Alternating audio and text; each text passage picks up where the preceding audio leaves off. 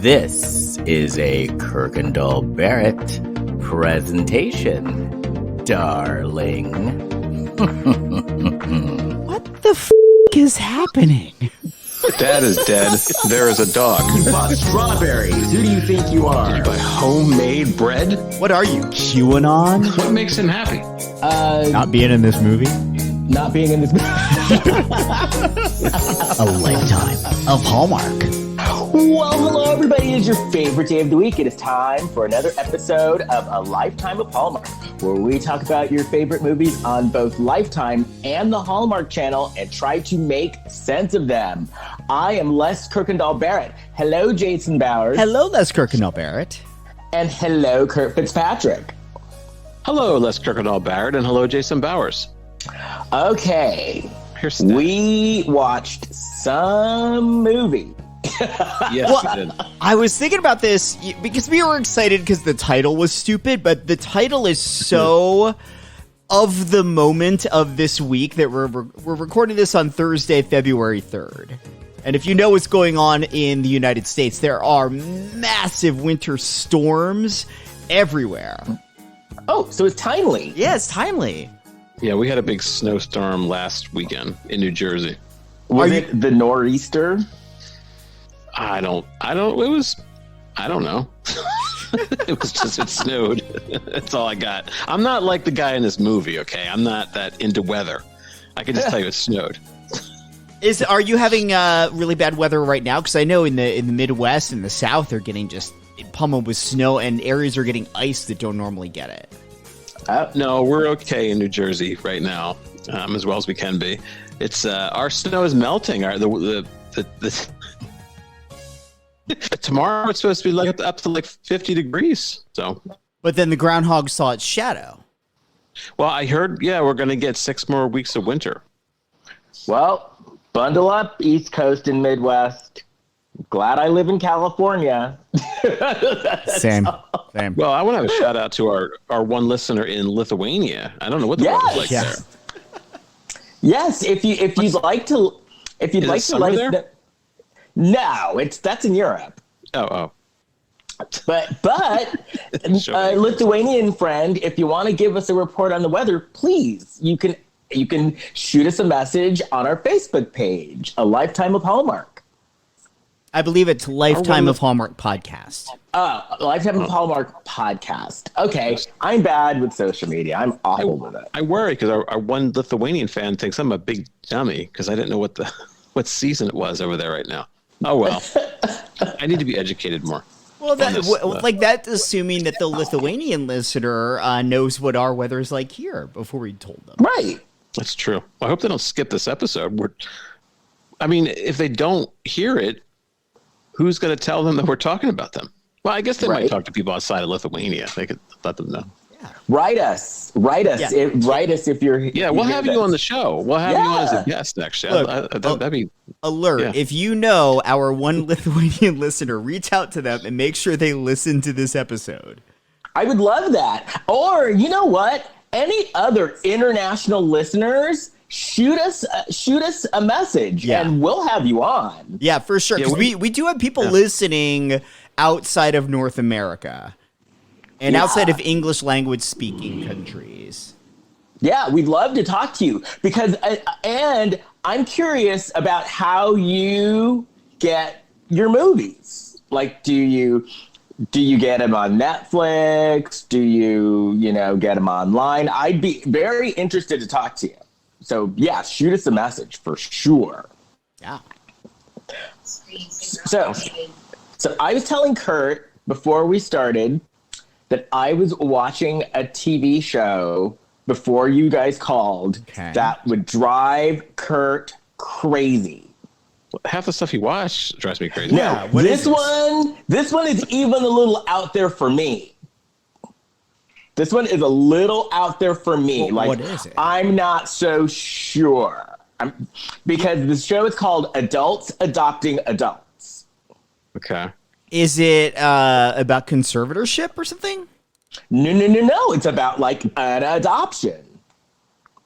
Yeah. But why and how legally are they adopting adults? You can legally adopt an adult. You can? Well, okay, and this is the technicality. Okay, so because sometimes in the foster system, like if you're adopting from the foster system, sometimes it takes a really long time. And then when the kids turn 18, they're considered adults and they're no longer in the system. Okay.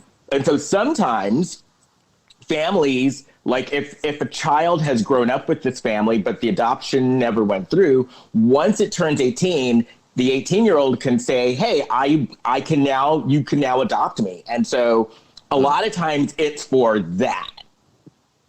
You know, kids, they call it, because when the kid turns 18, they call it aging out of the system. Yeah. And they lose like all their benefits and insurance, like they're screwed. Oh, I see. So if it's a family that was going to be adopting them anyway, or even maybe not, it gives this technically an adult but still very young person the chance to benefit from some of those financial and legal protections of having family members. Right. Yeah. But this is not that.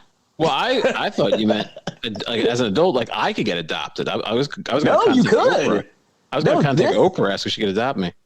So the instance that I told you is how it's beneficial.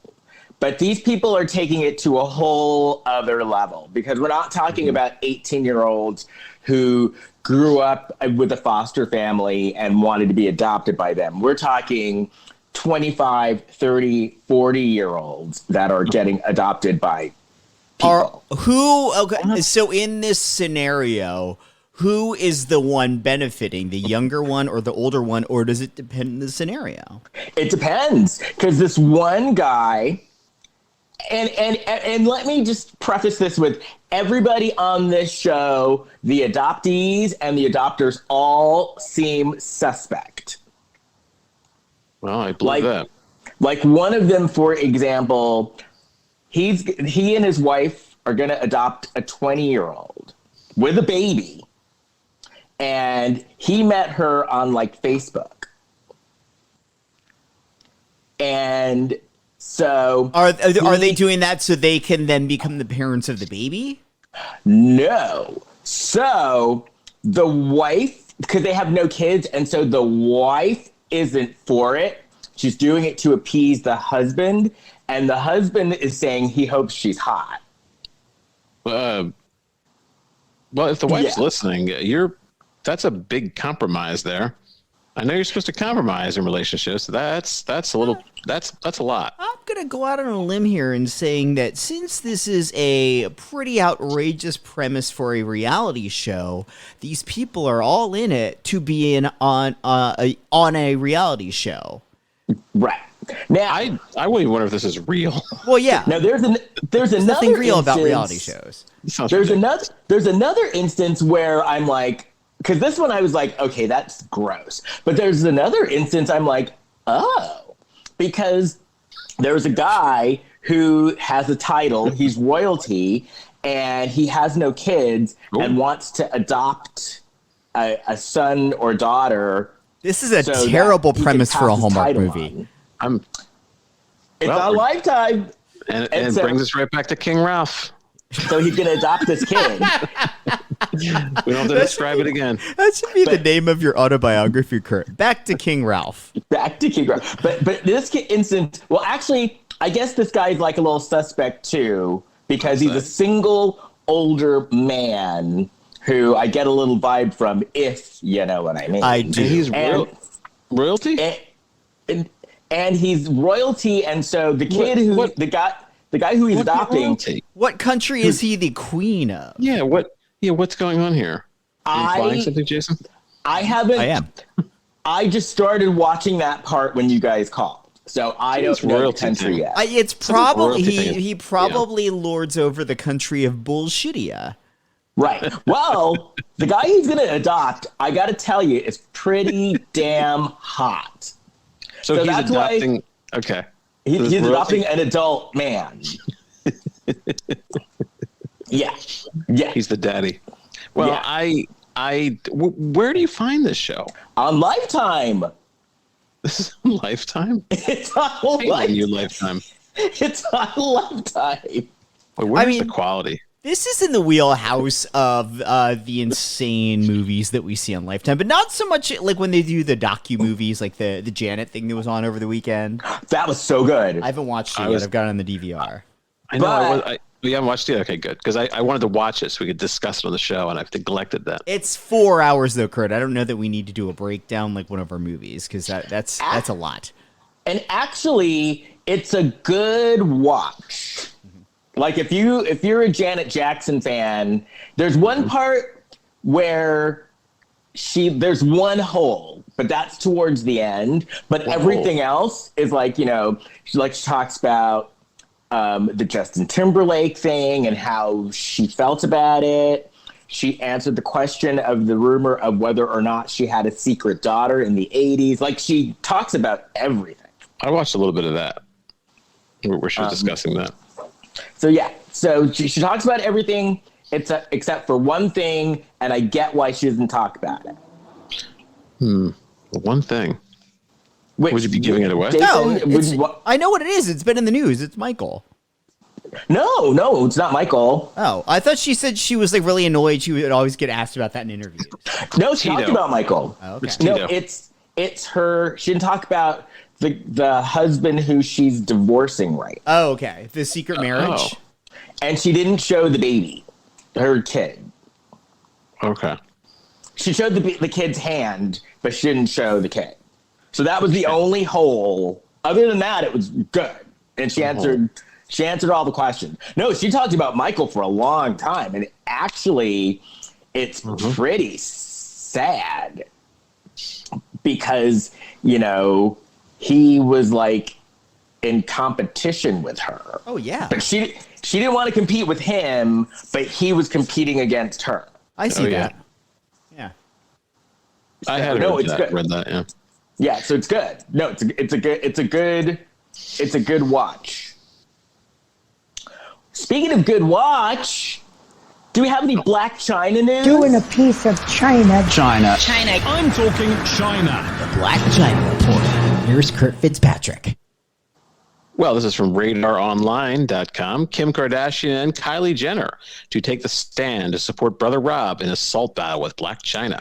Okay, Rob question, Kurt. Yes. I'm waiting to find out how big the thing that she hit him with is. That is in this article. Yes. Okay. All right. That's covered. So Rob Kardashian's family is ready to testify in court against his ex-fiancée Blac Chyna and plan to accuse her of assaulting him during their relationship. According to court documents obtained by Radar, Rob's sisters Kim Kardashian and Khloe, along with Kylie Jenner and his mother Kris, will appear in court. Rob is suing Chyna over an alleged assault that went down in December 2016. At the time, the former couple was living together at Kylie's home. In his suit, he claims Chyna was intoxicated and went on a rampage against him. Rob said Chyna chased him around, trying to strangle him with an iPhone cord and hitting him with a 6-foot metal pole. So wait, now she chased him? That's new. Chased and rampage are new descriptors I have not heard before. Yeah. You have a siren. Now we have a cat and a siren and the. What's that? An air horn, a siren, an air horn, a cat. We've got the the ranger, and that's what we've got. Okay. This thing comes preloaded with some sounds. We got some stuff.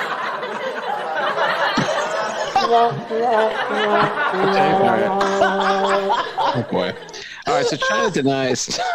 I can't see you guys when I'm reading this. I've got my screen up. I'm being a professional newscaster. All right, Chyna denies touching her ex and says video taken the next day show Rob had no injuries.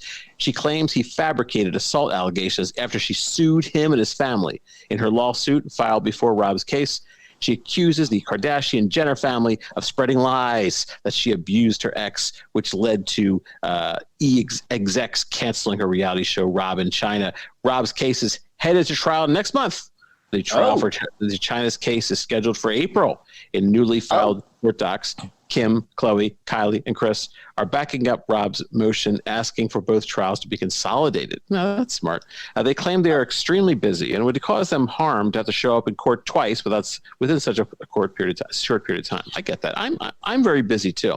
Okay, so the lawyer argues both cases involve overlapping parties and share significant common factual issues, including substantially the same evidence and witnesses. They believe having one trial would save everyone money and avoid putting such a burden on them. See, time management. As Radar previously reported, Chyna is objecting to the request to delay the trial. She says she is ready to clear her name in court. She says Rob has trashed her for years and she's ready to defend herself. Recently, Rob went back to court demanding certain text messages he sent Chyna's former friend not be allowed into evidence. In the alleged messages, the Keeping Up with the Kardashian star threatened to hire a hitman to kill a man he believes had hooked up with his baby mama. Oh, that's wild. Hey, man, that has everything. Wait, have we heard of the hitman before? We've never heard of the hitman. I don't think so. Got some new news.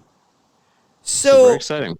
So right here in my hand, I am holding a jury summons, and it just dawned on me, like, you're talking about this case is going to trial this month, you said. I have jury duty in about 2 weeks. How funny would it be if I were in the jury pool?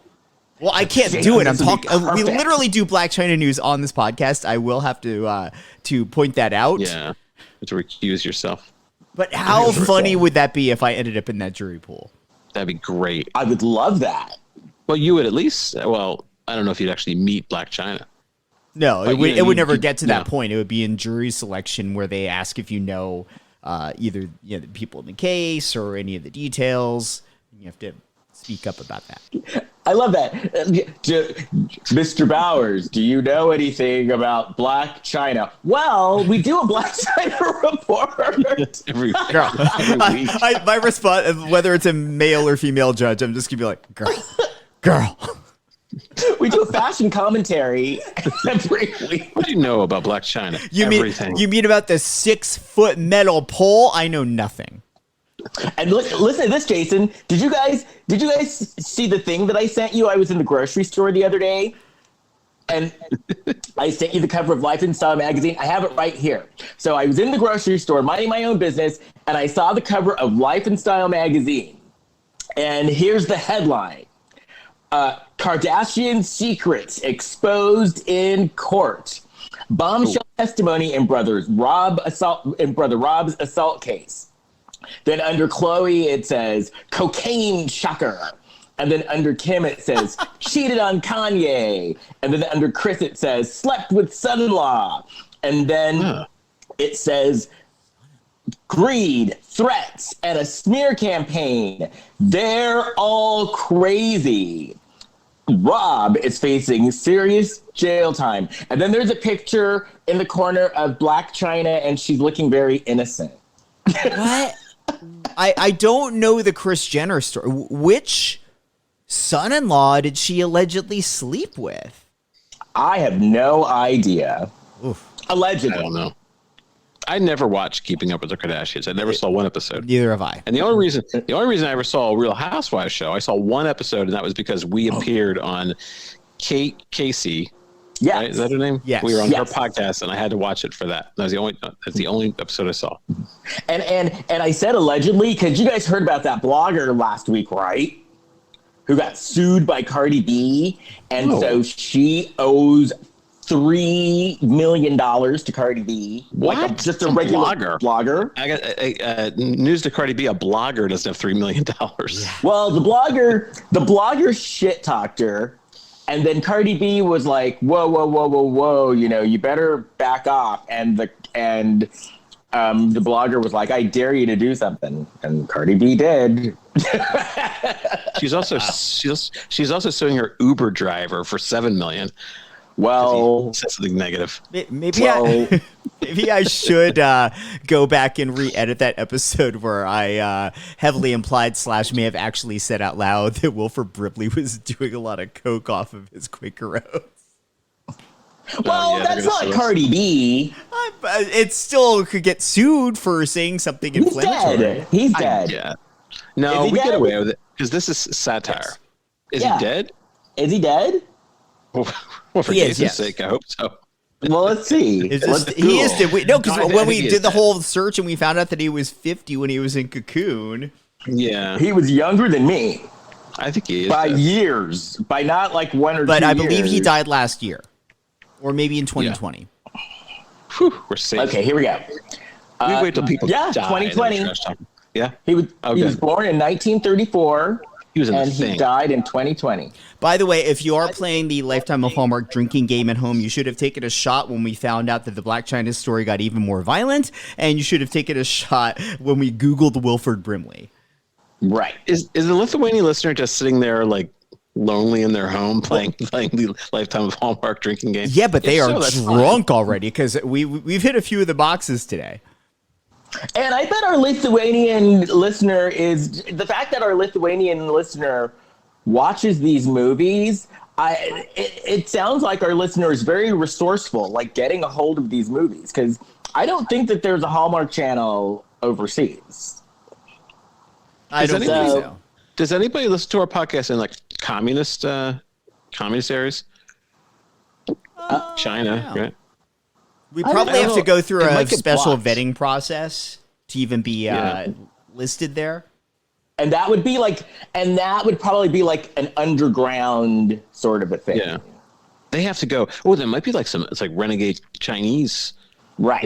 people who like get together in like a basement and listen to our podcast. and it's, like, it's I against want the to law. feel like there is someone somewhere where they're holding like a recording device up to a device playing our podcast, and they're burning CDs and they're selling these CDs in the street of our Oh, like a podcast. Mrs. man. Maisel. That's what happened to the marvelous Mrs. Maisel. But it Who was was the records contact because it us? was the 50s. I wish they contacted us. I never hear from these people, but I'm glad they're listening. Yeah. They're shy. I don't know about you guys, but my fans, people who are like hardcore fans of my work, they're a little off. So sometimes, sometimes it's a little scary. Having But they're nice people. They're worked good people. in radio, on the radio in many parts of the country for many years, I get it. You understand? Yeah. Yeah. And that's not to say that everyone is. Not at all. It's just that the ones that stand out really stand out. Well, it's weird to me to fan, because I'm not, Elvis Presley. I don't have like millions of fans. So then when sometimes you actually meet a fan, it's like, what? Oh, okay. Are you all right? But it's unusual. You should have confidence in your work, Kurt. But God bless these people. I know I should. Right. And you're right. I am Elvis Presley. Anywho. Come on, Les. You don't think it's funny? You don't have to laugh. That's fine. Let's talk about You can take it. let's talk about this shit show. Oh boy. Killer Stormchaser. No, it's Psycho. Psycho. Psycho Stormchaser. By the way, Yeah. I saw there's a new Wrong movie out, and I think it's called something like The Wrong Sweetheart or something like that. Well, there's something called The Wrong Sugar Daddy or something. Yeah, Psycho Trapped Sugar by Daddy. My Sugar Daddy. Trapped by My Sugar Daddy. Oh, I wow. saw the commercial for that. Wow. Yes. I like this though. Lifetime is like branching out. Oh, yeah. They are. they're instead of Killer and Psycho, they're branching out to Trapped. And then I saw this other commercial where I guess this woman, she had twins but didn't know it, and the baby was stolen. And so she goes after the other twin, and there's just her holding a baseball bat going, "Give me my baby!" Like getting ready to beat someone with the bat. That was a can see that. commercial for Quaker Oats. And I'm like, oh, Lifetime, I love you so much. So Some scene of it. this movie, so this one aired on Lifetime Movie Network, not on the actual Yes. like main network. Did it feel to you, as it did to me, that it was probably an acquisition? Yes. Because it Jason, felt like a so Lifetime you movie, have- kinda, but it also felt like somebody else clearly was guiding the tone of this. Now, you have a history in radio. I noticed the score on this was unlike any other scores that we've heard before. Mm-hmm. Again, because it wasn't produced originally for Lifetime. So somebody made this independently, hoping they could sell it to Lifetime? Yeah, I do believe that. That's happened before. We've watched movies like that before. Remember the one about the model, the photographer, who that one was like an acquisition. Yep. So are there movies that people can't sell to Lifetime and they're just lying around? I'm worried about these people. I'm sure, but I mean, something like Lifetime, and they're owned by this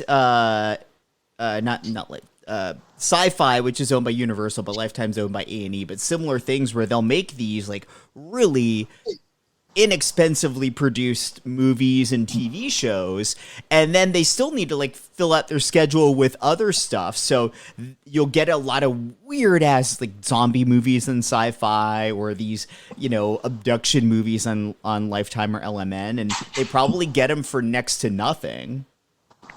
And we've talked about this before. We've watched enough Lifetime movies where we recognize people. And I didn't recognize anybody in this. I didn't recognize anyone in the cast, and didn't recognize the houses. No. There's a comedian in the movie named Steve Hofstetter. And I'm vaguely familiar with who he is. And who did he play? In the movie. He was the cop. Okay. He's like the red-haired cop. Okay. He's a comedian. The cop that was emoting a lot. He's not in it very much. He's the cop that did the wellness check. Yeah. Yeah, him. No, the one that was like, like he was very. Everyone was emoting a lot in this movie. Yes. This movie is ridiculous to start. To begin with, it's not even raining. No. It's in a lot of these scenes that are outside during a huge storm. No. We'll get to that. So we start off, we see a kitchen, and we're in a storm, and we see a woman in the basement because it's a tornado. So that's what you're supposed to do. You're supposed to go into the basement. Oh, okay. And so she hears a noise from upstairs, and she asks, "Who's there?"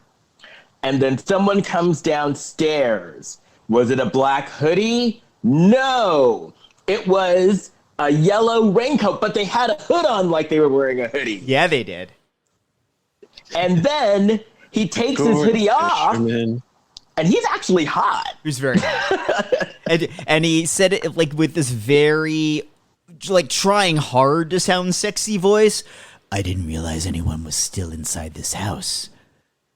Right. He did sound like that. And then my next question that I was asking myself throughout the movie is, he's too hot to be crazy. Why is he crazy? He doesn't have to be crazy. Oh, I know plenty of hot people that are crazy. Yeah, I don't think it works that way. Not if he was smoking. Yeah.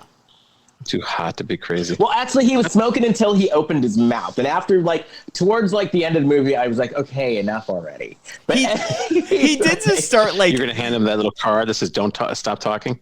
It was actually a sort of amusing character trait that they gave this guy, that basically anytime he would talk, it would just be a really, BS monologue, and it was so funny to watch. A lot of monologues in this movie. Well, he was really mad. He's Dr. Carl, the storm guy. The woman recognizes, and he's just so mad at her because she didn't listen to the weather report. He was just really like a serious meteorologist. Yeah. And I thought he was the weatherman at first. Like, he's the weatherman, and he comes out and then chastises people for not listening to his report. He was very upset. Yeah. No, yeah. And he was so upset. Yeah, he yelled at her and stabs her with a shard of glass. Yeah. It's like, I'll show you not to leave when they give you a hurricane warning. Yeah. Did not listen to the weather report? The entire motive in this movie to kill people literally was, how dare you not heed the advice of Dallas Raines. Right. Dallas Raines is a famous weathercaster here in LA. And that's his screen name is Dallas Reigns. Well, see, who was the other one? I was Johnny going to Mountain. I was going to make a reference to Lloyd Lindsay Young, but I thought you guys wouldn't know who that is. I don't know who that is. He was a famous New York weatherman, and he'd say, okay, look, what's the name of the area in this movie? Because he would go like, hello, New York. He would do that. Anyway, everybody on the East Coast knows who Lloyd Lindsay Young is. Do you know who Lonnie Quinn is? No. I think he's in New York. I went to acting school with him, and he became a weatherman. I went to see and I thought it was in New York. He's in. Oh yeah, he's on WCBS. He's in New York. He does the weather. Hello. Anyway, Lloyd. Oh, you know what? If you ever listen to Paul's Boutique, the album by the Beastie Boys, Lloyd Lindsay Young is the one who says, "It's a trip. It's got a funky beat, and I can bug out to it." That's Lloyd Lindsay Young. That's funny. Anyway, so he stabs her. So she's dead. For not. Paying attention to the weather.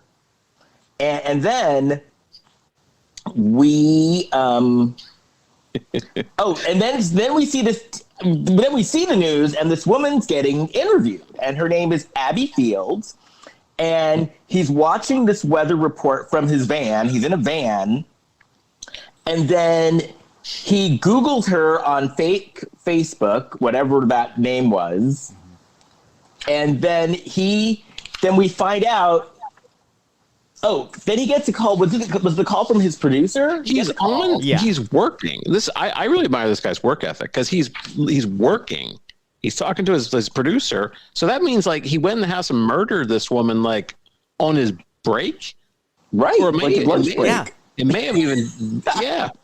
It might have been on company time, working hours, which I don't know if that's ethical. It's certainly not legal.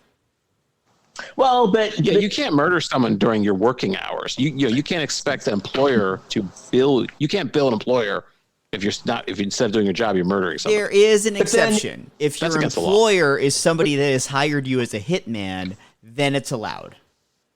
But then don't you get 2 15-minute breaks in an hour? Yeah, that's true. So legally you have that. So you could spend one of those 15 minutes murdering someone, and then it would be legal. Yeah. Right. Instead of having a cigarette, he went and murdered. Say that during your jury duty next week. Well, here's what I know of the law. I pull out the employee manual and I'm like paging through it. I'm like, see, it doesn't say anything in here about I can't murder someone on my break. It's my time. So then it's obvious that these writers watched soap operas because the next thing that happened is a huge soap opera trope. He pulled out a picture and it's him and his girlfriend or whoever, and she looks exactly like Abby.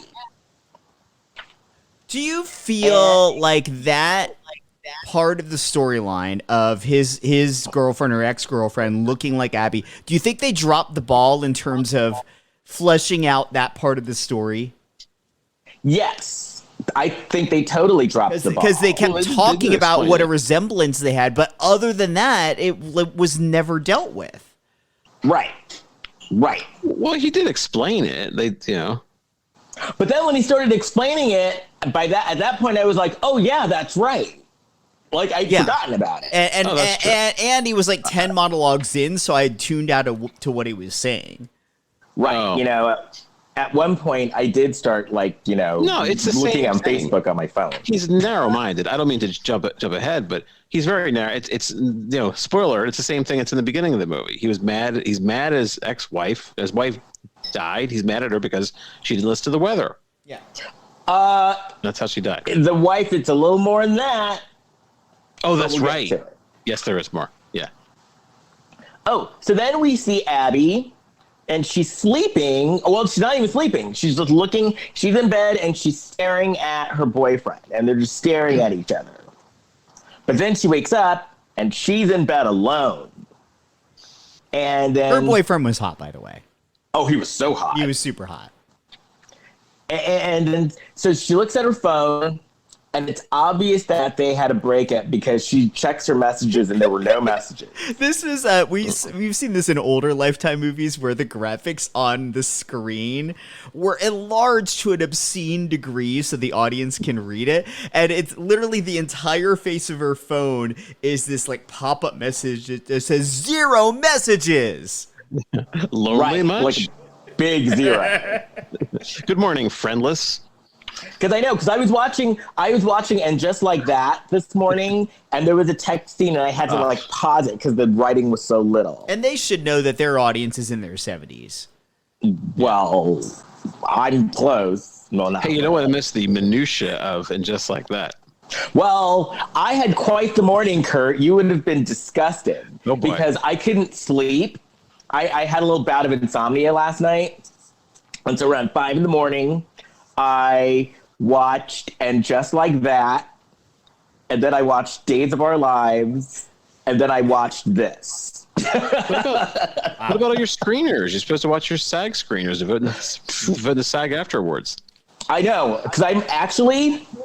Don't neglect. You got yours in the mail? This is all DVDs. Netflix that came today. It's a stack. I saw, somebody I know got all those. Oh, that means I'm getting my Netflix soon, because all I got King Richard, and then King Richard came yesterday.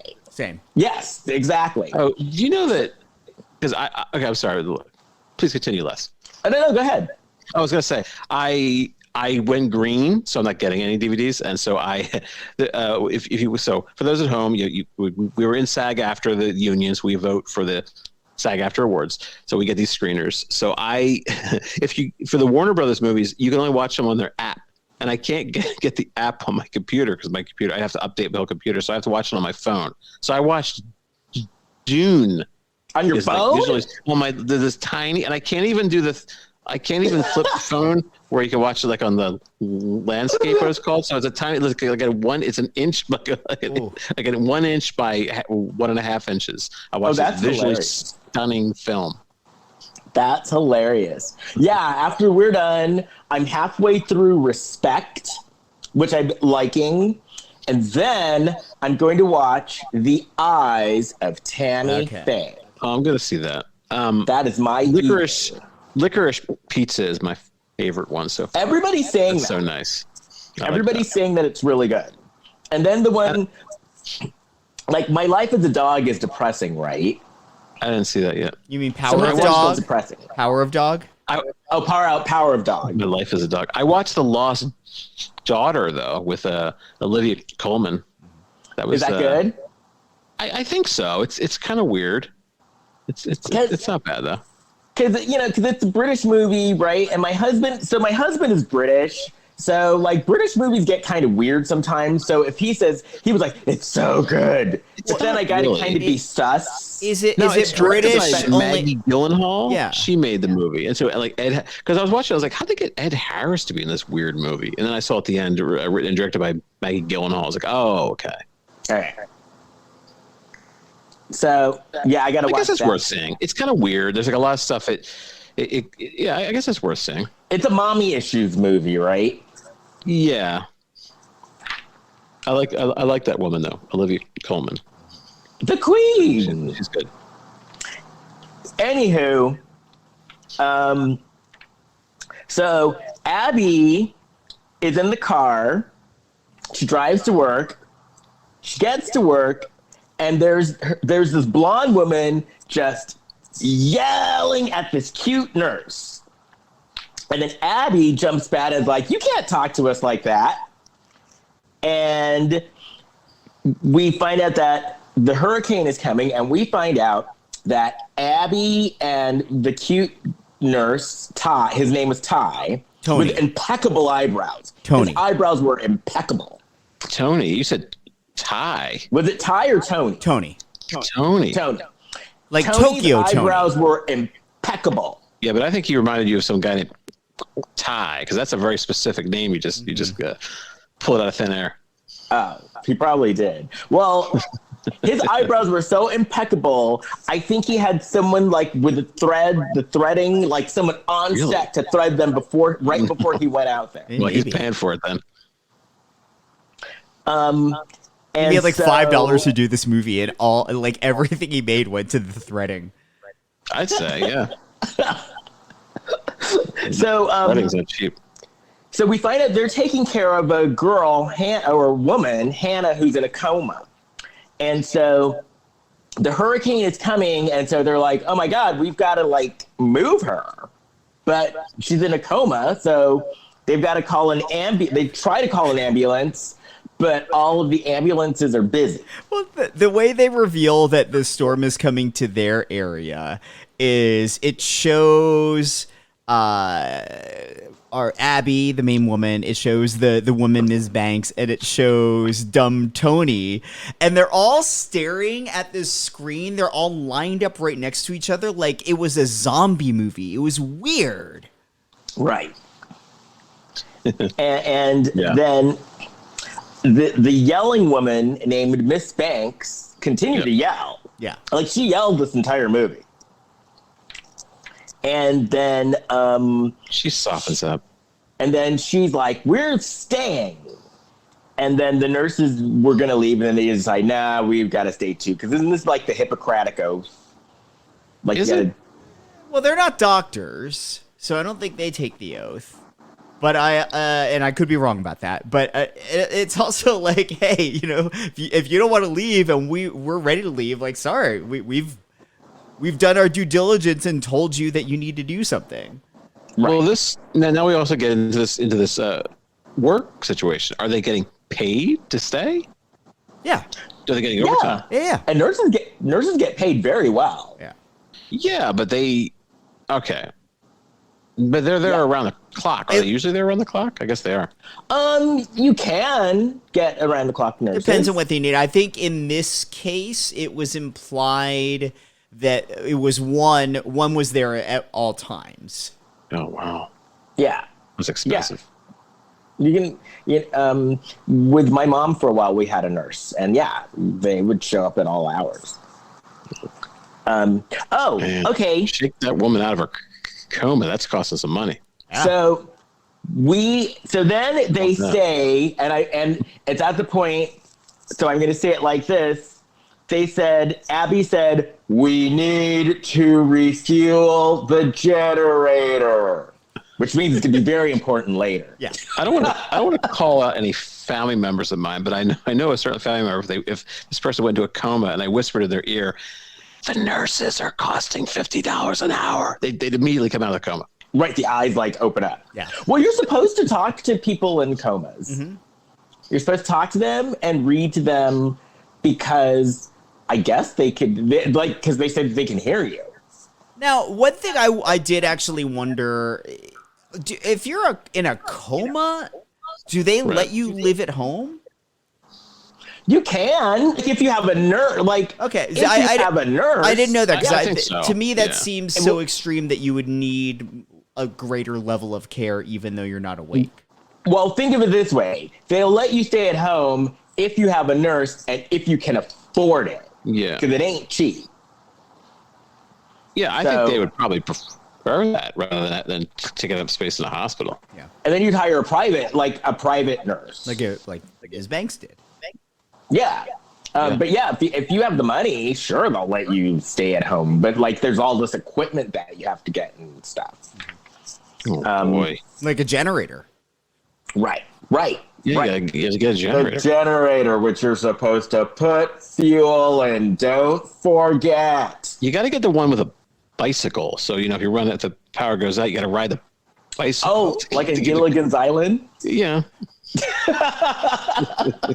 Wasn't there an episode of Gilligan's Island where someone was in a coma and they had to ride the bicycle to keep the person alive? I don't think there was an episode of Gilligan's Island with someone in a coma.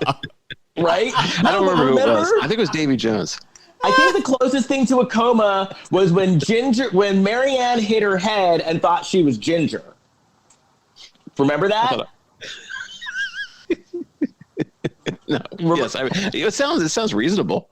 And then remember the other one where Ginger, this woman came to the island and Ginger gave her a makeover and she looked exactly like Ginger? No. What the woman was floating along in a raft with her beauty supplies? No, the woman came in on a boat And she had like her hair was like in a black bun, and she had big glasses, and she was very timid. And Ginger was like, I need to help you. Let me make you up.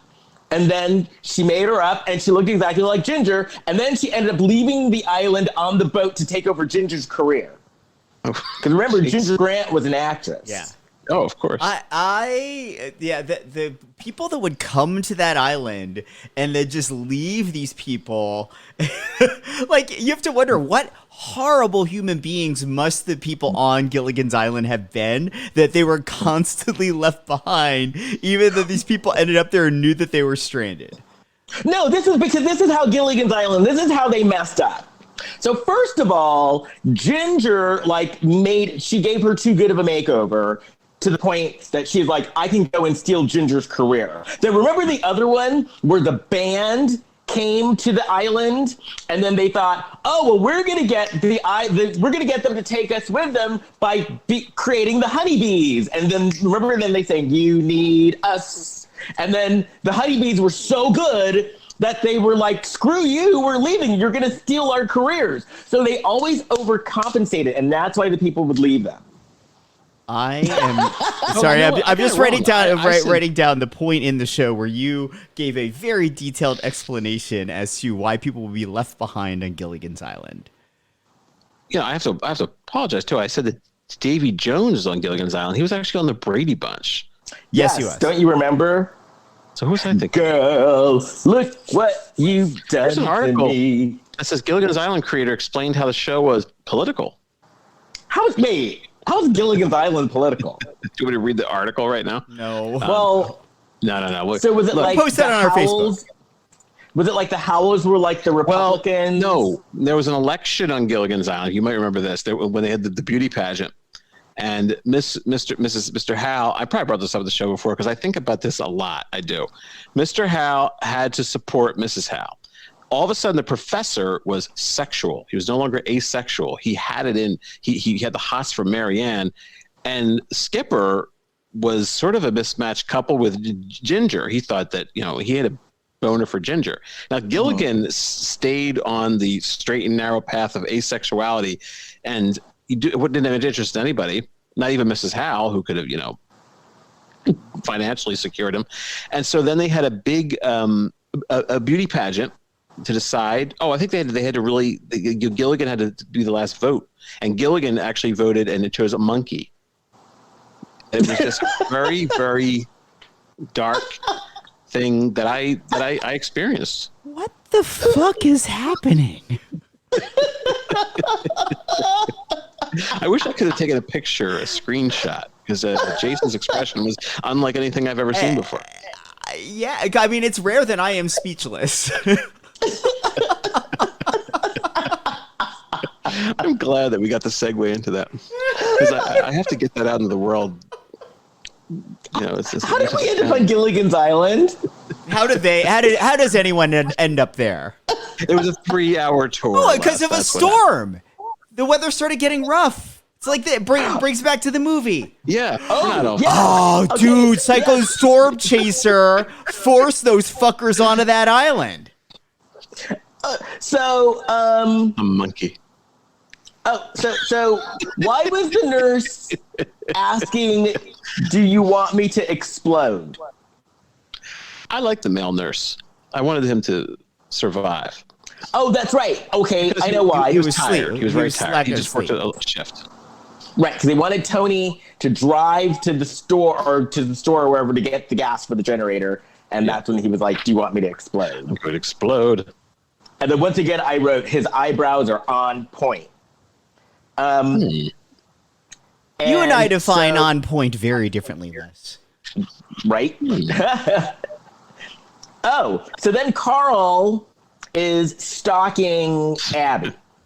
Carl. And then we see Abby's boyfriend, and he's like looking under the bed with a flashlight. And he gets a call, and he's like, I'm busy, right? He's working a police case. Right. And it turns out he was looking under the bed for like a missing stuffed animal for this little girl. And So somebody called the police for that? He said something to the effect of, you promised that you would get on the bus if we found your animal or something like that. So he wasn't just called to find the stuffed animal. He was being used as a truancy officer. Oh, so they were probably actually evacuating. I bet that's what it was. Side hustle. Oh, that makes sense. Yeah. They're probably evacuating. Okay. So then Carl startles Abby. And then Abby says, I know who you are. You're Dr. Carl. And then Carl just looks at her and he's like, you look like someone who I used to know. I would hate for something bad to happen to you. I hope you're leaving because of the storm. And then Abby comes back to the house. Miss Banks is sad and she's talking about Hannah in the coma.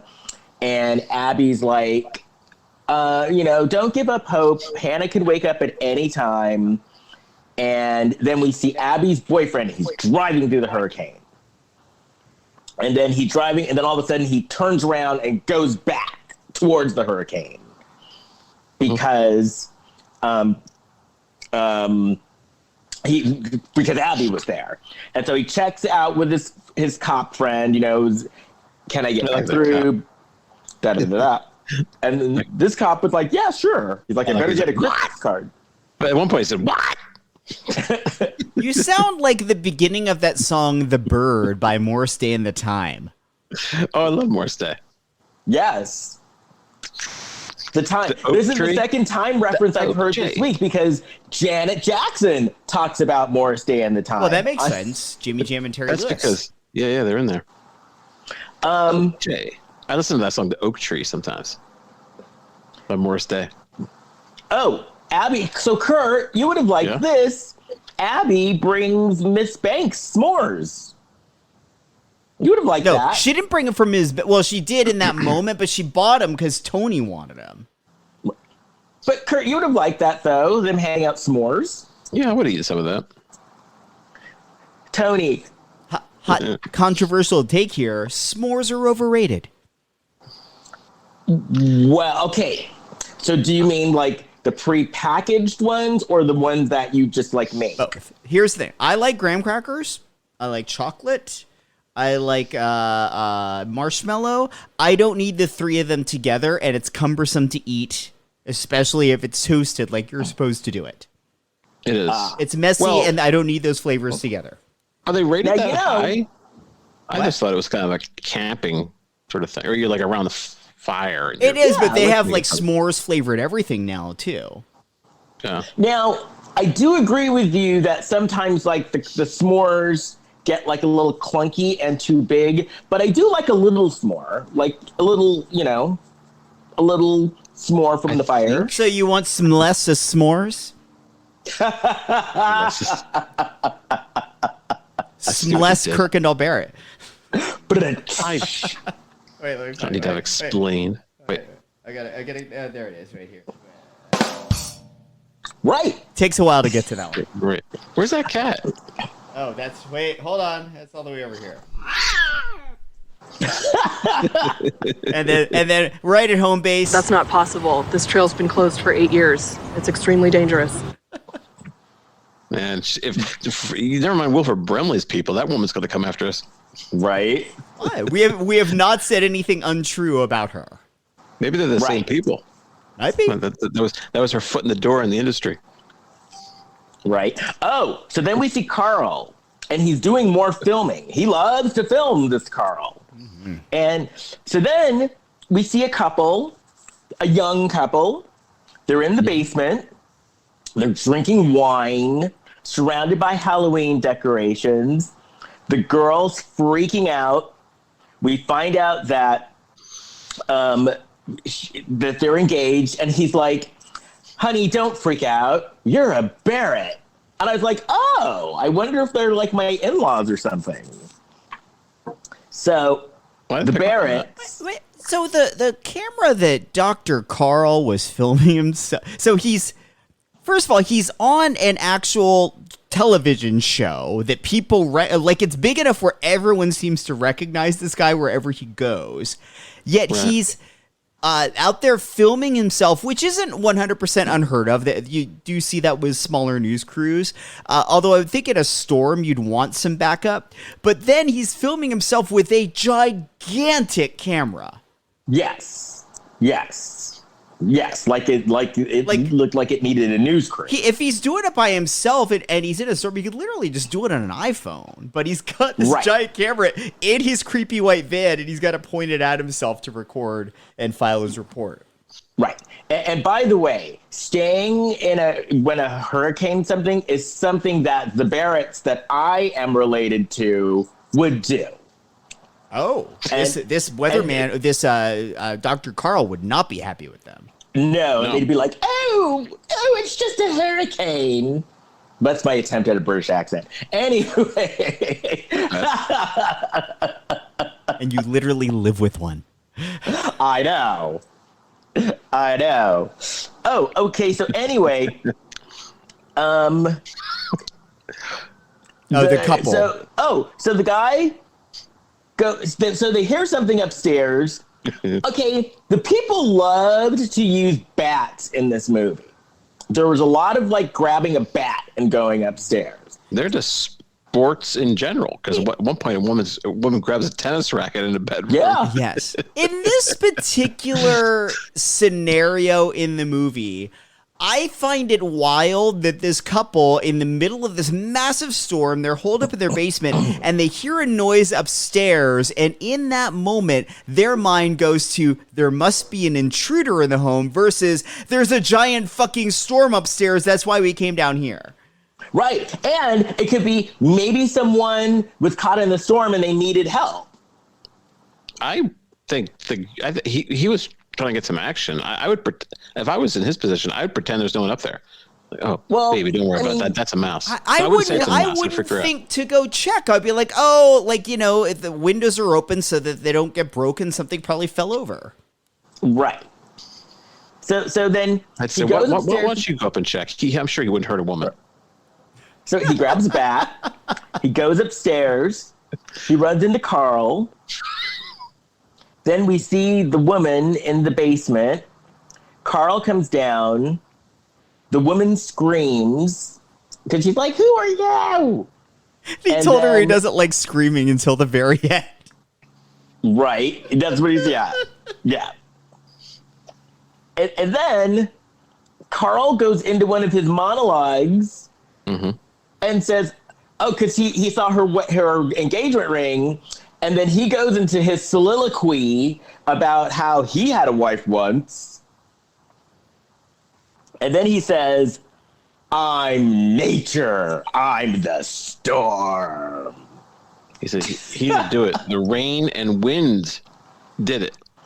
Well, yeah, not only was this guy's motive for killing people, you didn't heed the advice of the weather person, but now that you didn't listen to the weathercaster, I am going to frame the weather for your murder.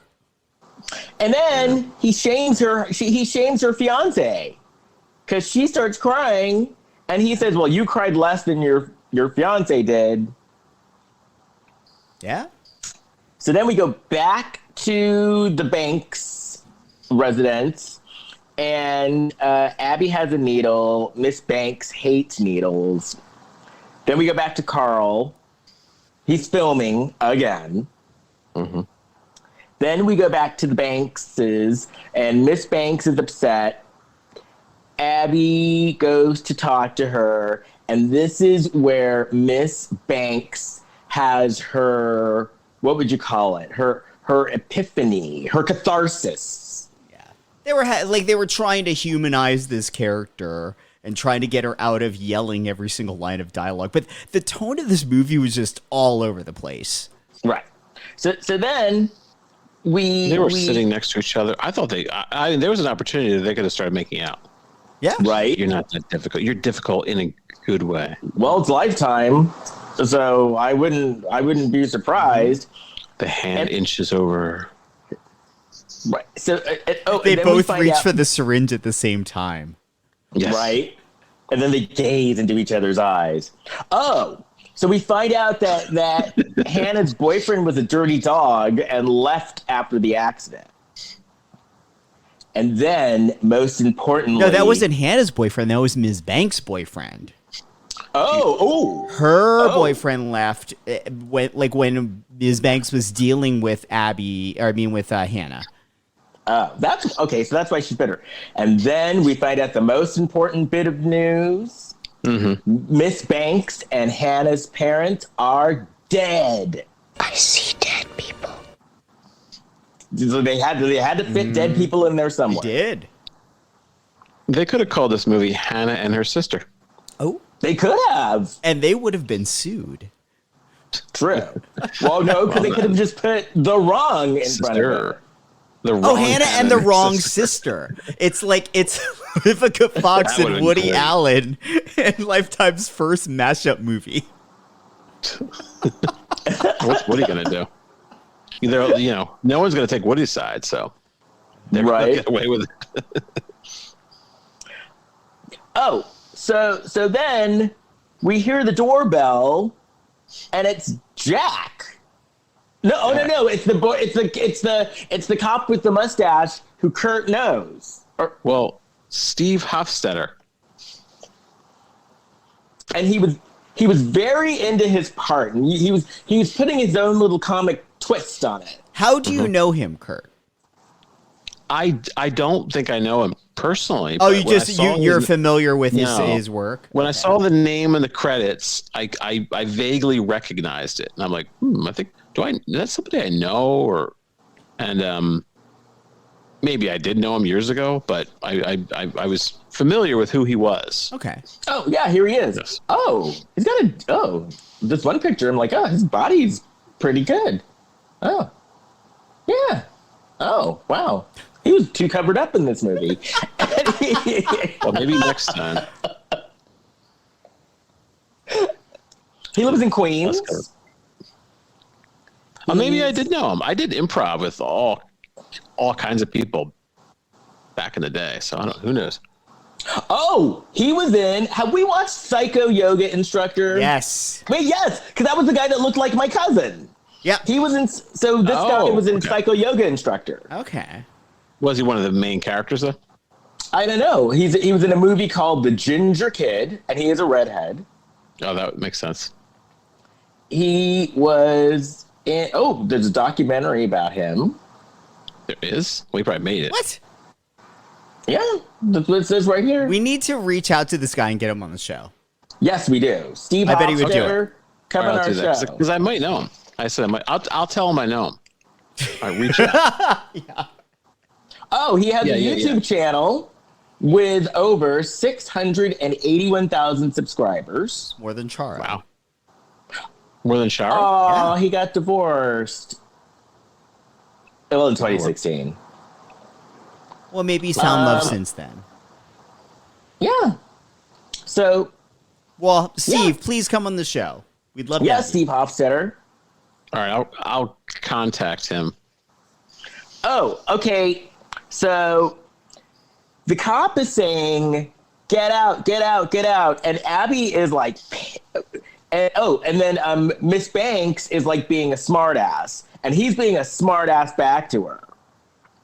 It was weird, this exchange between the cop and Ms. Banks, because she immediately just kind of rips him a new one, like, how dare you even ask that we go, as opposed to just like, hey, I appreciate the concern, but my sister's in a coma, and we feel like we're better off staying here than trying to move her around. Like, that's all she had to say. Better yet, Jason, how about, hey, we couldn't get a hold of an ambulance, but since you are a police officer, is there any way that you can get a hold of an ambulance to come and pick us up? Yeah. Well, we didn't even touch on the fact that this guy is a police officer that works in this area, but somehow got really, really lost trying to find the house. Yes. Yes. Well, the cell towers were down. He had no GPS. So then after Miss Banks rips him a new asshole, he leaves, But as he's leaving, he looks over at the house across the street and he sees something going on. So instead of just leaving because there is a hurricane, he gets his gun. He goes into the house. He knows to go down to the basement. You got no backup. Carl is there. Also, this is kind of on Carl. You should be upset about this, Les. Carl is in this house committing all these murders and wasn't even smart enough to close the front door all the way. True. You are right. Everyone knows you lock the door if you're going to murder someone. And turn the lights out. Yeah. Well, he tells the police officer, you aren't wearing rubber-soled shoes. And the police officer's like, wait, what's that supposed to mean? And then Carl says, drop it, and drops a wire, and Steve Hofstadter gets electrocuted. So then we see her boyfriend, Jack. He's driving. Abby calls and yells at Jack because she's pissed because Jack sent the police officer. She's like, how dare you send someone to check on me? Damn it. How dare you be concerned about me? Right? You man. And then, then Abby's like, I thought you said we'd be better off with a clean break. So it's like, okay, then I want you to die then. I was just trying to help you not die. That's all. But if you want to play it that way. So then, so this is another thing. Okay.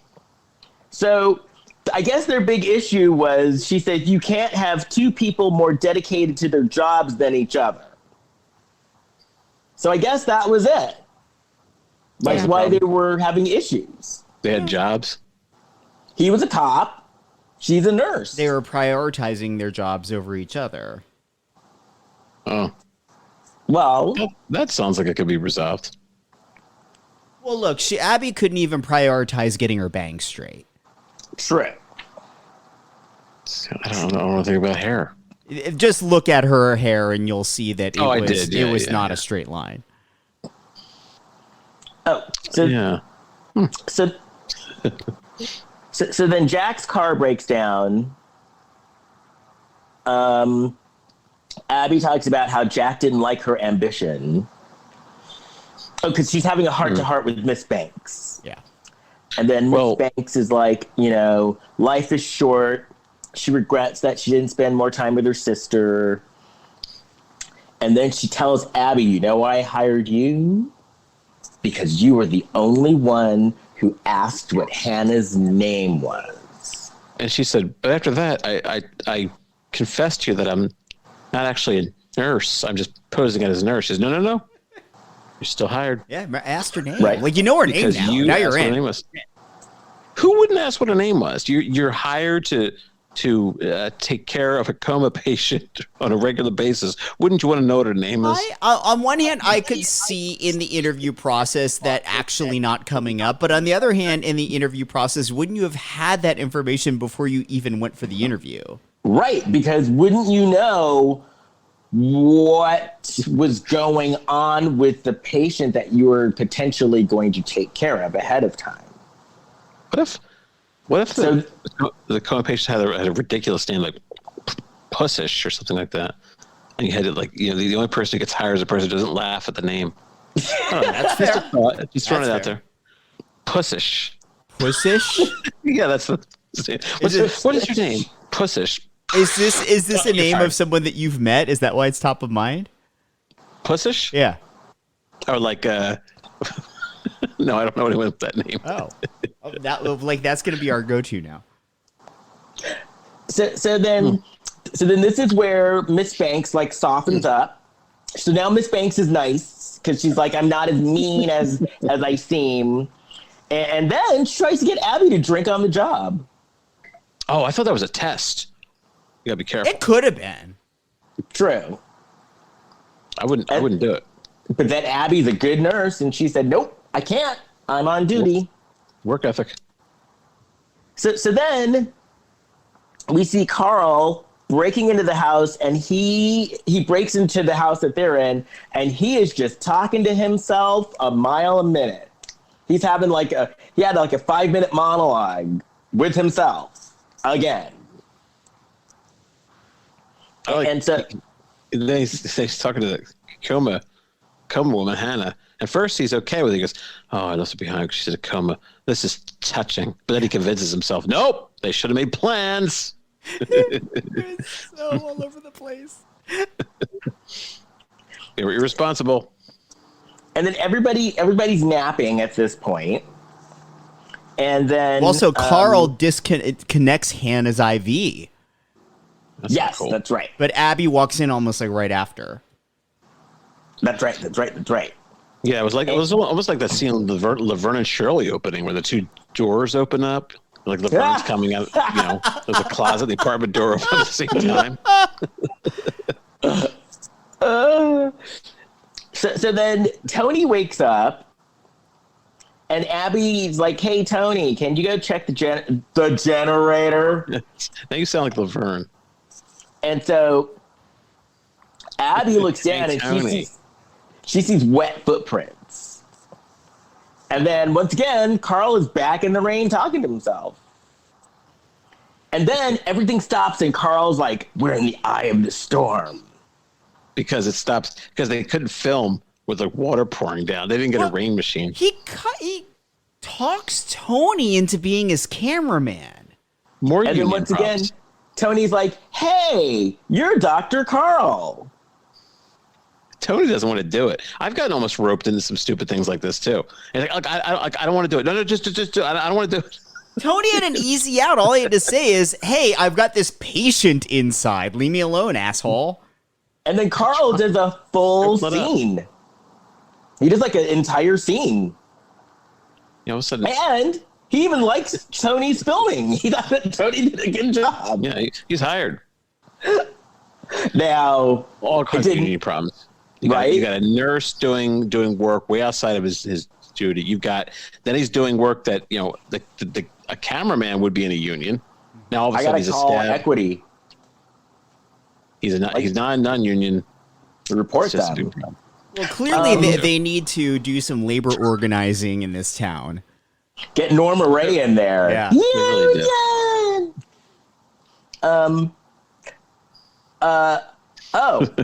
But then we hear a noise, and then Hannah's like, and her machines are going off, so she's like in trouble all of a sudden.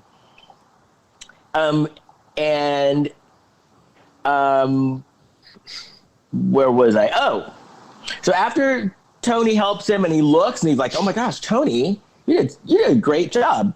He kills him, and then Abby is like, "Okay, somebody else is here," and then power goes out, and they have 30 minutes to get to the generator, or Hannah's gonna die.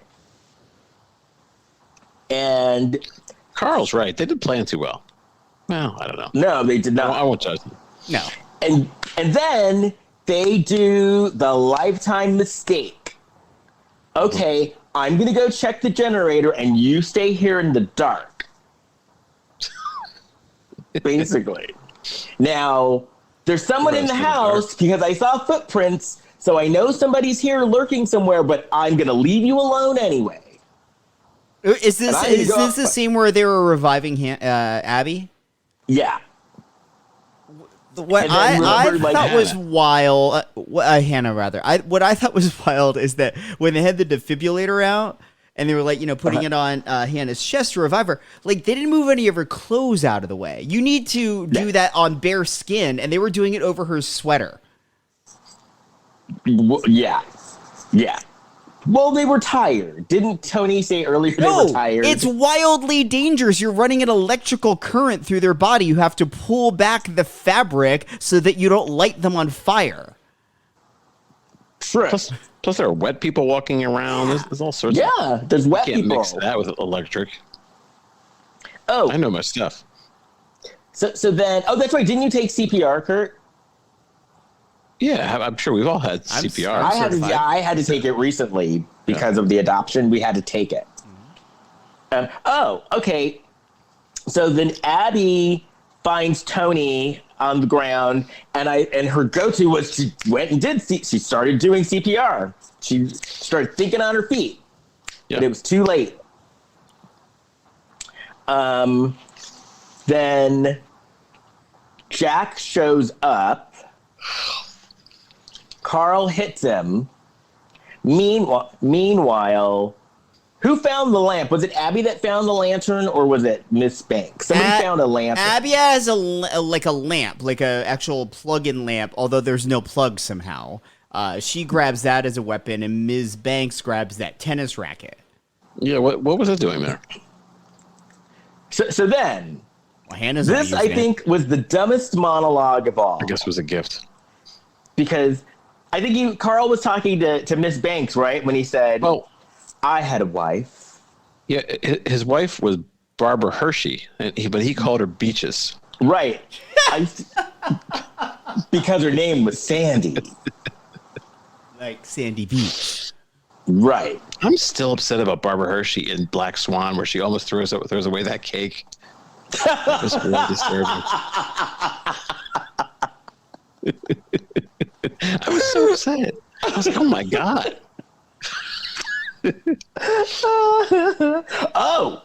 So we find out that not only that Beaches was bad, because he says that Beaches died in a storm with another man.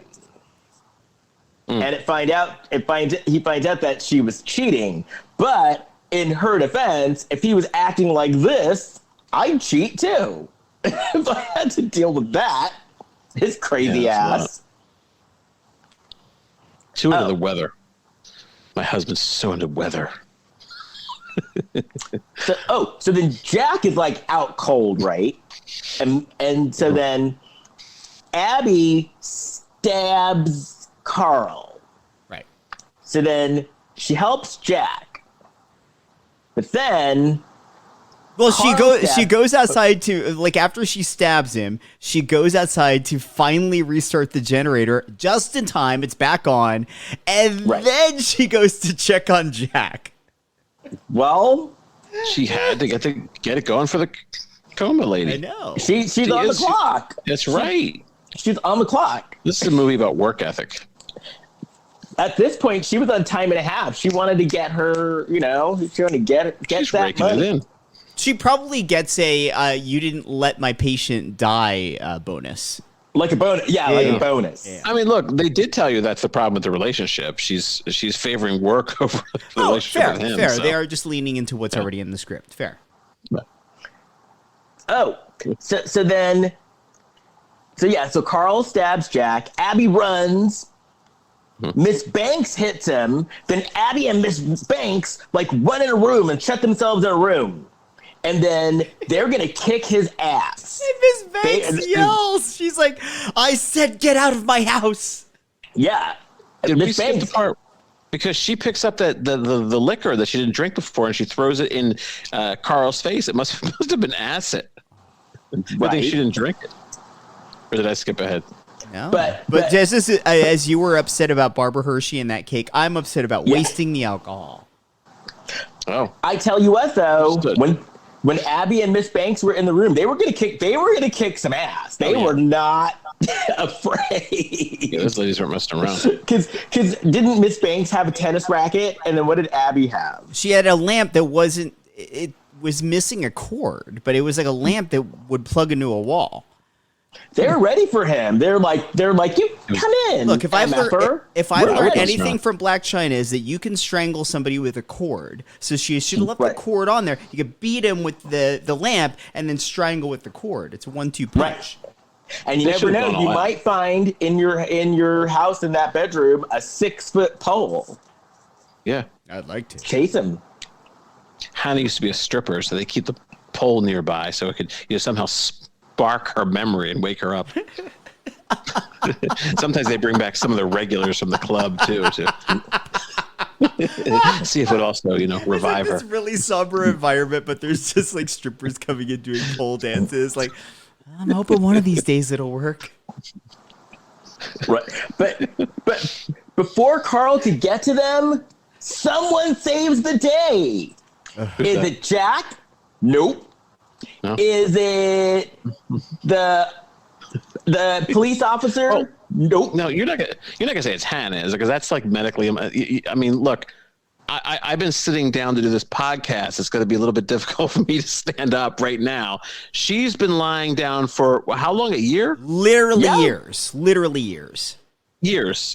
But I tell you what, you're not going to tell me that she's limber enough that she jumps out of bed and saves the day. yes, she did. She jumped out of the bed and saved the day With a syringe, no less. Right.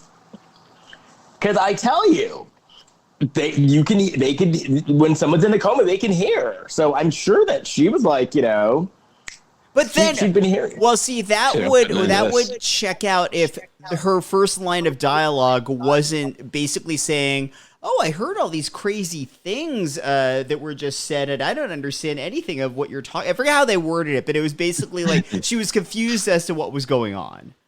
And you were there. Well, you were there.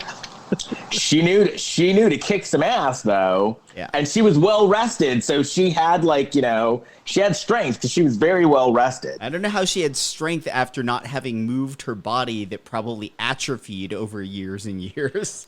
Well, though how those stories, the stories of like mothers picking up cars to save their kids. But mothers haven't been in a coma for years where they literally lose their muscle.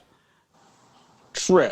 I also think the stories about the mothers, I've gotten suspicious about that story. Because have you heard any validity on that? I think that might be like a urban legend.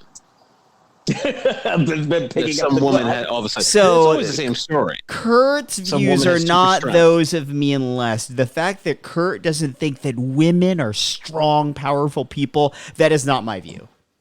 Hey, not mine either. I'm saying they're not mine either. I have power. Hey, whoa! I have a daughter. I'm saying that nobody has superpowers. I have a daughter. I'm you played the daughter card. You're just trying to pass off that the Wilford Brimley controversy and started the controversy. Damn it's straight. Not gonna work. Damn straight. It's not gonna work. I've been supportive of the Wilford Brimley estate since it began. So then Jack pulls a gun on Carl. Carl gets taken away.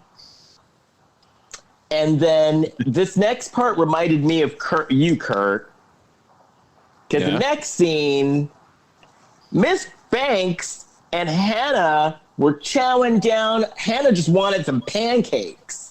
Well, I do other things besides eat. Some blueberry pancakes. I can see you doing this. I would, but we could go to coma. Can you even eat solid food right away? No, the same way that you can't stand up right away. But she was like, and she, in I guess that's the next morning, I guess in 8 hours, she learned how to do her hair and put on some makeup too. Yeah. Oh yeah.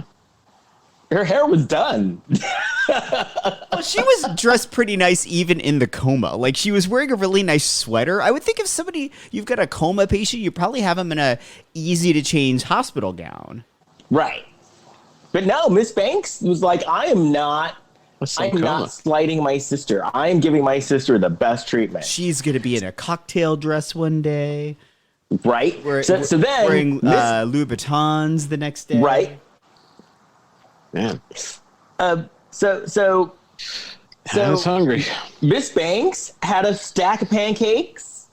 Hannah had a big stack of pancakes, and they were just getting to it. Do you know I got teary-eyed when I did. Listen, I come clean on the show. I am transparent. on the show. What made When you Abby teary-eyed? because Abby said that she hopes that she will walk in the room and see Hannah having a breakfast, and she did. She walked in and saw her stuffing her face with those pancakes, and I got a little teary-eyed. Well, look, I would have too, except what Abby said she envisioned was she'd walk in and Hannah would be making breakfast. Abby walked in, Hannah wasn't the one making the breakfast. Well, she played the coma card. She's like, look, I just got out of a coma. No, quite You the gotta cook for opposite. me." Ms. Banks was trying to do all this stuff for her, and Hannah's like, no, I'm the strongest post-coma patient ever. I got this. No, but then Hannah's like, didn't I just save your life? Get in the kitchen and make me some pancakes. Yeah. And none of that Bisquick shit. I want this stuff from scratch. I've been Right. in a coma. I woke up and kicked ass for you. The least you could do is make me some pancakes from scratch. No ordering out either. And I want maple syrup, but I want it hot. I Yeah, don't think I want you takeout to- pancakes are that good anyway, Kurt. You don't want to order in pancakes. That's true. Yeah. They don't You gotta travel well. squeeze that maple syrup from a tree. None of this Mrs. Butterworth bullshit. I don't How want that dare bullshit in you. this house. I was in a coma and I saved your life. You're going to Canada to get me some maple syrup. Oh, real stuff. What grade, A? Yeah. Okay. Yeah, I saved your life. Bisquick, Bisquick. We live on Bisquick in this house. The waffles and So Mrs. Butterworth is in the house. So I'm not trying to badmouth these products that I use. so then Jack and Abby are back in love. Oh, Now, I got to tell you, this ending, I think, was one of my favorite endings since we've done this podcast, because these people were assholes. It's this ending was right up there with Eric Roberts and the what's his name? Parrot Heads, the Jimmy Buffett version of Eric Roberts in one of those Stalked by My Doctor movies. That I enjoyed that ending where they're like dual Eric Robertses. This ending was like, these people were assholes. Because normally, the whole through line was, hey, you're Dr. Carl. And he'd be like, oh, yes, oh, you recognize me. Before he'd get like, he was very happy that they recognized him before he killed them. Yeah. So they're in the back of this ambulance. The woman, like one of the medics is in the back of the ambulance. It's like a police medic because he's handcuffed on a stretcher. Yes. Yeah. Yes. So they're taking him to where, jail, to prison or wherever they take, or to the sanatorium or wherever. And so the woman's like, hey, you're Dr. Carl. And he's like, oh, well, yes. And then she's like, hey, isn't that dork? Yep. Isn't that dork that talks about the storms all the time? And they're totally like heckling him, which I loved. But they're about to get their asses kicked because they do a close-up on Carl's hands, and Carl has a paperclip that he's about to get out of the handcuffs. Looks like the sequel. The end. Did you notice what movie they showed right after this? No. They aired Twister right after this movie. Oh, see, not me. I watched it. Not me. No, I think I watched taped it at a different time. I watched it on Philo, so I couldn't see what was after. Okay. But yeah, a theme. Wait, they showed Twister. Okay, that's too on the nose. Well, they probably got the rights to Twister, and they're like, "Oh, we've got this other movie too. This will be a good back-to-back. If you're into these like weather event type movies, then you'll like it." Right. So, Twister's the movie with that cow is flying through the air. Yeah, that was kind of cool. I've never seen Twister. I've seen. I think I went to see it, and then Helen Hunt and Bill Paxton are like holding onto a rope. And during this huge twister, and the rope is holding up, but there's a house flying by. Yeah. Mm-hmm. It uproots a house, but this rope is keeping them to the ground. Oh, like Wizard of Oz? Another Wizard of Oz reference. Kind of with the tornado, yeah. Yeah. So, Return to Oz is dark movie. Oh, that's so dark. Where they put Dorothy in an asylum. Yeah, they're going to give her shock treatments. They could do that with this movie. They could say Hannah could start explaining. Well, then there's this weatherman was talking to me. Oh, we're going to have to give you some shock treatments, and then she goes. But that's the sequel. Wait, and that's right, because then didn't she run out in the rain, and then she got whisked away in like the storm, And then Return to Oz. She goes back to Oz, but Oz is a totally different place than. And then there was a talking chicken. Cowardly Lion. Oh, there was all sorts of weird shit going on. Yeah, it was a talking chicken. It was almost like that Gilligan's Island episode with that monkey. And then they made like that flying thing with like the goat's head or something. It was dark. It was dark. It's all so dark. Please, we need some light in this world. Well, the girl who played Dorothy like went on to star in The Craft. Firuza Balk, or what's her name? Mm-hmm. And I think she's a witch, allegedly. No, I was watching some paranormal show, and she was on the paranormal show because she lived in a loft in downtown LA, and it was haunted. That doesn't make her a witch. Well, anywho, so what'd you guys think? It was hands down the dumbest movie we ever watched, and I loved it because it was so fucking stupid that it was truly enjoyable. It was dumb. The acting was horrible, and yeah, I loved every minute of it. well, they're announcing the Oscar nominations next week, I think, and I'm wondering. I didn't even think this Emmy. I didn't think this would be even nominated for a Razzie. I don't think it was at the theaters. It would need to have had a qualifying theatrical run. I doubt that this did. Right. Now this would be aren't Netflix movies being considered for Oscars these days? Yes, but they still do a qualifying theatrical run. It has to air, be shown in a commercial movie theater in certain cities for a certain period of time to be able to qualify.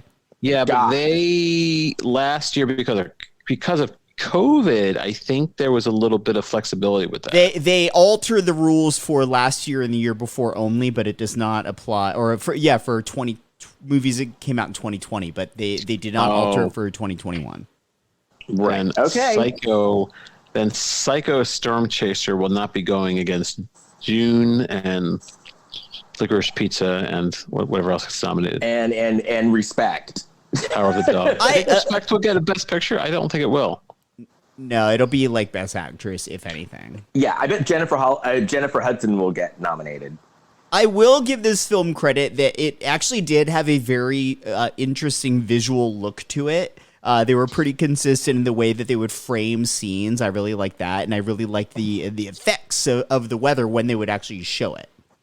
And the score, like I said before, I like the score. Yeah. Well, it wasn't raining, but they gave the it looked like it was raining, kind of, but except it wasn't raining, And once again, they knew it was stupid, but they just leaned into it. I mean, if the premise of your movie is you get murdered if you don't listen to the weather forecast, you are off to the fucking races. Right, and they just leaned into that. They just totally leaned into it. In a way, it was a message movie because this has been an issue because New Orleans is a hurricane, the people stay behind, and it's very problematic. So in a way, it maybe this movie will probably save someone's life. Yeah. Get out when they tell you. Get out. Well, that's a good movie. Speaking of Get Out, if you want to find me, you can find me on my website, Les Kirkendall Barrett. Also, if you are in the Fresno area, I'm going to be doing my show, The Real Black Swan, Confessions of America's First Black Drag Queen at the Rogue Festival. The Black Swan, that's that movie with that cake. Yes. It's different, though. Okay. March 3rd through the 12th. Jason.